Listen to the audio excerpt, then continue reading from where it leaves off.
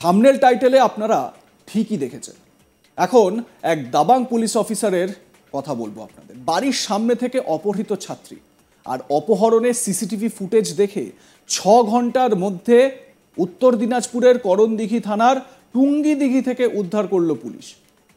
ঘটনায় একটি আগ্নেয়াস্ত্র ও নাম্বার প্লেট বিহীন বাইক সহ দুজনকে গ্রেপ্তার করা হয়েছে। ঘটনাকে কেন্দ্র করে চাঞ্চল্য ছড়ায় মালদার হরিশ্চন্দ্রপুর থানার সালালপুর গ্রামে। অভিযোগ, সকালে বাড়ির সামনে খেলার সময় দুই ব্যক্তি মোটর বাইকে করে ওই নাবালিকাকে নিয়ে চম্পট দেয়, ওই মেয়েটিকে নিয়ে চম্পট দেয়। খবর পেয়ে ঘটনাস্থলে পৌঁছায় হরিশ্চন্দ্রপুর থানার পুলিশ। ব্যবসায়িক শত্রুতা নাকি এর পিছনে রয়েছে অন্য কোনো কারণ তা খতিয়ে দেখছে পুলিশ। এবারে পুলিশ সূত্রে কি জানা যাচ্ছে সেটা আপনাদের বলি। ওই নাবালিকা বা ওই মেয়েটি একটি ইংরেজি মাধ্যম স্কুলের প্রথম শ্রেণীর ছাত্রী। ওই ছাত্রীর বাবা পেশায় ব্যবসায়ী। মালদা সহ আশপাশের জেলা থেকে মানুষের মাথার কাটা চুল সংগ্রহ করার পর রাজস্থানের যোধপুরে সরবরাহ করেন ওই মেয়েটির বাবা। অপহৃত ওই ছাত্রীর মা জানান, বাড়ি থেকে 10 মিটার দূরে মেয়ে একাই খেলা করছিল। সেই সময় মোটর বাইকে দুজন ব্যক্তি এসে তার মেয়েকে তুলে নিয়ে চলে যায়। কেন এরকম হলো সে বিষয়ে কিছুই বুঝে উঠতে পারছিলেন না তারা। গোটা ঘটনা সংলগ্ন একটি বাড়ির সিসিটিভিতে ধরা পড়ে যায়। পরে পুলিশ সেই সিসিটিভি ফুটেজ সংগ্রহ করে। আপনাদের এবারে শোনাবো অপহৃত ওই ছাত্রীর মা, তিনি কি বলছেন, কি অভিযোগ করছেন, শুনুন। বাড়ির বাইরে গিয়েছিল, ওখানে দিঘিটার কাছে গেছিল, ওখান থেকে চলে গেল। কতজন ছিল অপহরণকারীরা?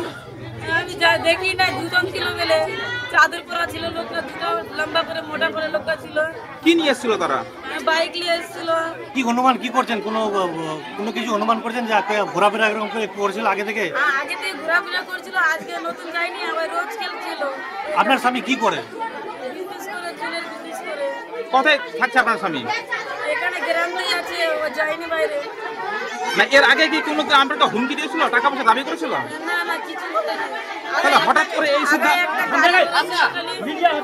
তাহলে হঠাৎ করে কেন এই আপনার মেয়েকে অপহরণ করে নিয়ে গেল? আমি জানি না কেন নিয়ে গেছে, ওরা টাকা ধমকি দিবে, ভাই আর কিছু না। আপনার মেয়ে কি পড়াশোনা করতো? হ্যাঁ, পড়াশোনা করতো। এ বিষয়ে স্থানীয় এক মহিলা জানান, অভিযুক্তকে সম্প্রতি কয়েকদিন ধরে এলাকায় দেখা গিয়েছে। গোটা ঘটনায় তারা খুব আতঙ্কিত বলেও জানান ওই মহিলা। টুম্পা দাস নামে স্থানীয় ওই মহিলার কি দাবি, শুনুন।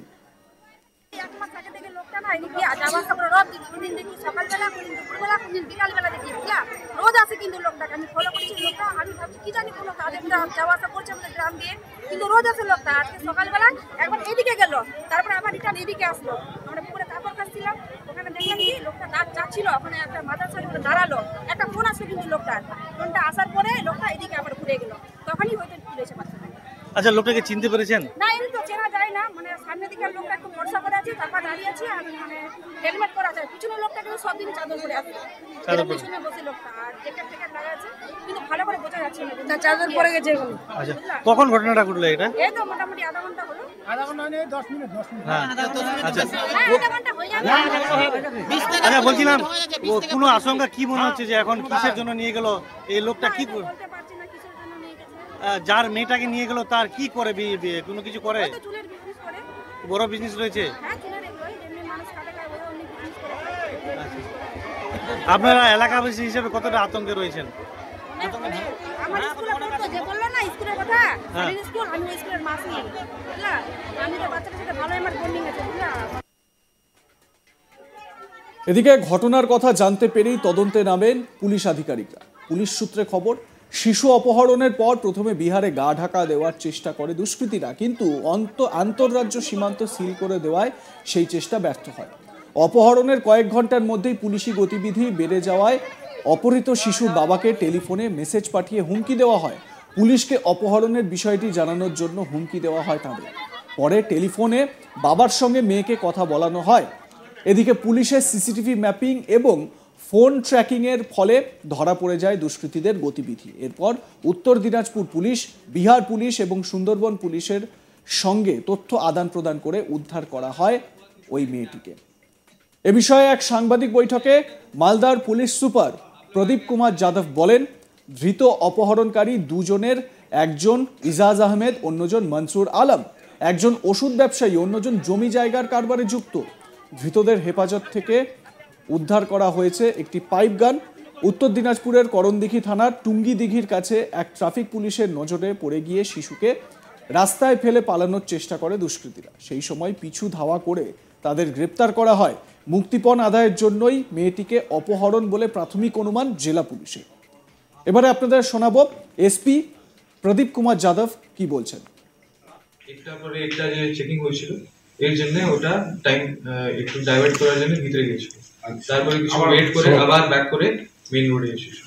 হরিশ্চন্দ্রপুরের টিম ছিল, চাঁচলের টিম ছিল, এসডিপিও চাঁচল। এখানে আমার এসওজি অনেক কাজ করেছে, মতলব অনেক টেলিকম অপারেটরের সঙ্গে কোঅর্ডিনেশন থাকে, কোঅর্ডিনেশন একটু তাড়াতাড়ি কোঅর্ডিনেট করে জিনিসগুলো নিতে হবে। তো এসওজি খুব ভালো কাজ করেছে। তারপরে রায়গঞ্জের যে টিম ছিল ওরা মতলব আমি বলেছি কি ইট ওয়াজ দ্যাট এভরি লেভেল, তো ইট ওয়াজ আমি যদি এসপি রায়গঞ্জ সঙ্গে কথা বলছি তো এডিশনাল এসপি ওনার যে করসপন্ডিং অফিসার আছে ওনার সঙ্গে কথা বলছেন। সাব ইন্সপেক্টর যে হরিশ্চন্দ্রপুরে পোস্টেড আছে, যদি ওনার কোনো ব্যাচমেট আছে করণদিঘিতে রায়গঞ্জতে ওনার সঙ্গে ও কথা বলছে।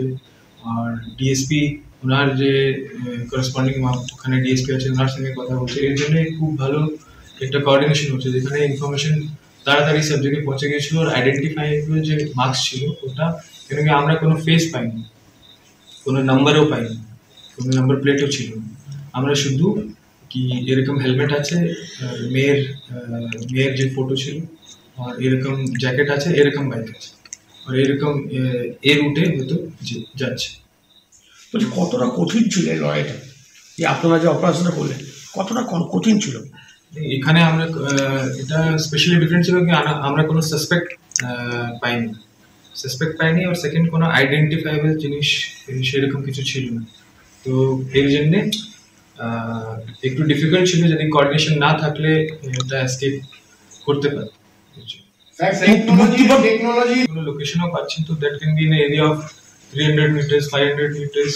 তো শুধু টেকনোলজি করলে নয়, it requires personal initiative of the officer who standing there on the, যে কনস্টেবল ওখানে কাজ করছে, যে মতলব শুধু ওর জ্যাকেট দেখে या শুধু ওর বাইকের মডেল দেখে যদি আইডেন্টিফাই করছে, তো এটা আপনি যদি পার্সোনালি ওকে সে নিজে থেকে কাজ করছেন না তাহলে আপনি এটা করতে পারবেন। তো এটা খুব মতলব যে কনস্টেবল যে অফিসার্স ওখানে গিয়েছিল ওরা খুব মতলব নিজে থেকে হার্ট অ্যান্ড সোল দিয়ে সিনসিয়ারলি ওটাকে ডিটেক্ট করার জন্য কাজ। কত টাকা ডিমান্ড করেছিল? ডিমান্ড কত টাকা ছিল? টাকার লাইক কমেন্ট শেয়ার করতে ভুলবেন না। দেখতে থাকুন আজ তাক বাংলা।